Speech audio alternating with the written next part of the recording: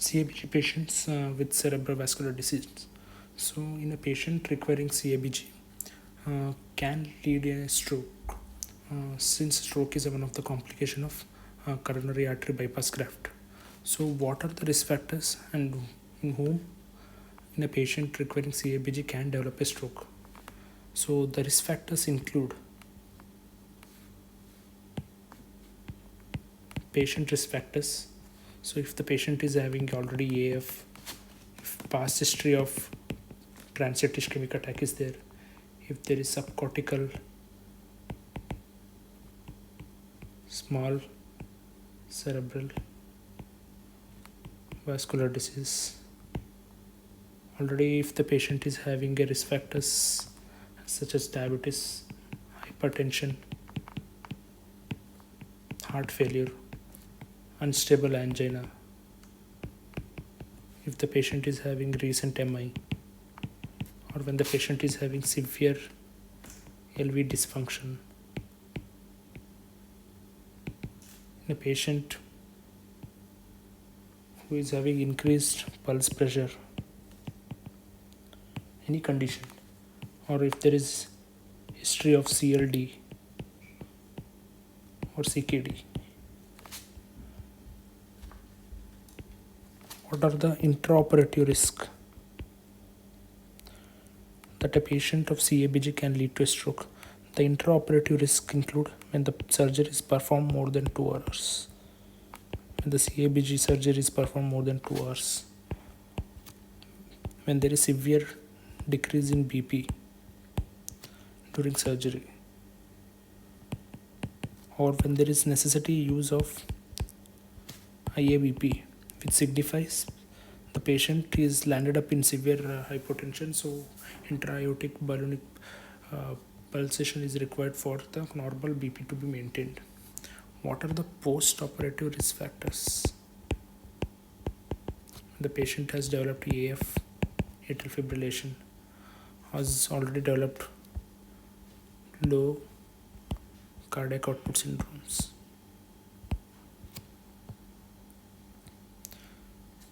What is the risk?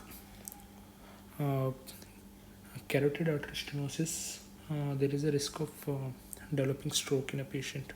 In a patient while doing CABG, carotid artery stenosis must be identified through carotid ultrasound. So, on whom there is increased risk of stroke while performing a CABG? If the patient is symptomatic with carotid artery stenosis, where there is obstruction by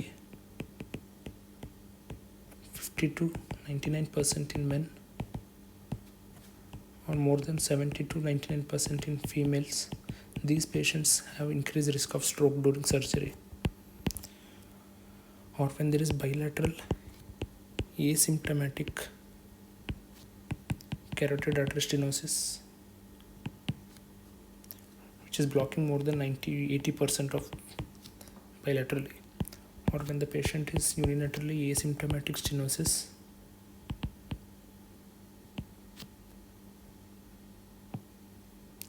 along with that patient is having more than 70 to 99% obstruction with contralateral carotid occlusion. These patients have increased risk of stroke while performing CABG. So, what are the patients? If a patient of CABG comes to you, what disease or risk factors indicate that the patient is having carotid artery disease? So, the risk factors include increased age, diabetes mellitus, peripheral vascular disease, when there is left main coronary syndrome, when the patient is having carotid bruit, when there is a past history of transient ischemic attacks. All these risk factors suggest that the patient of a CABG can have a carotid artery disease. In whom should we operation should be performed for prophylactic carotid revascularization in a patient of CABG? While doing CABG, we can perform both carotid revascularization. So on whom we perform? If the patient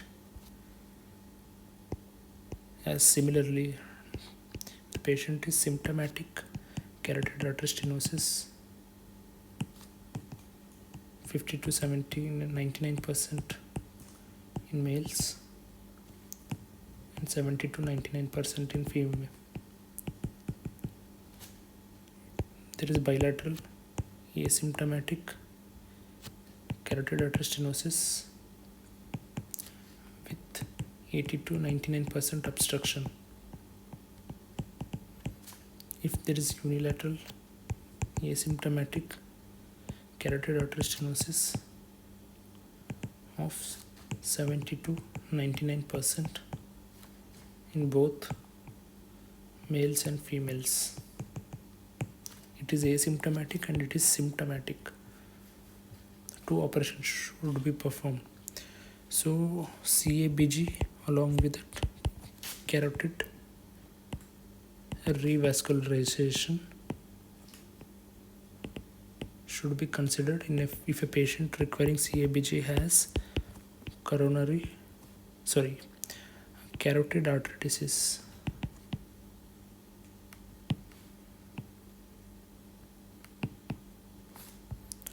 Which operation is performed? For carotid revascularization, we usually perform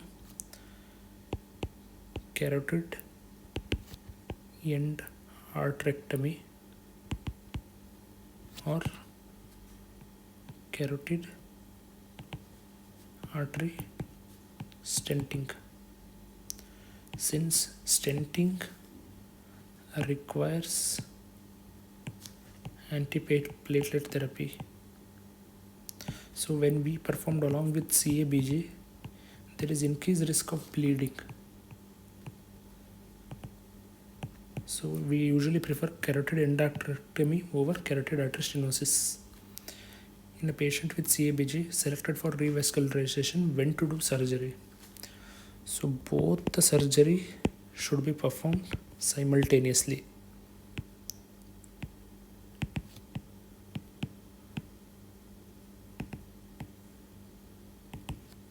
Not scheduled or scheduled staging surgeries not preferred.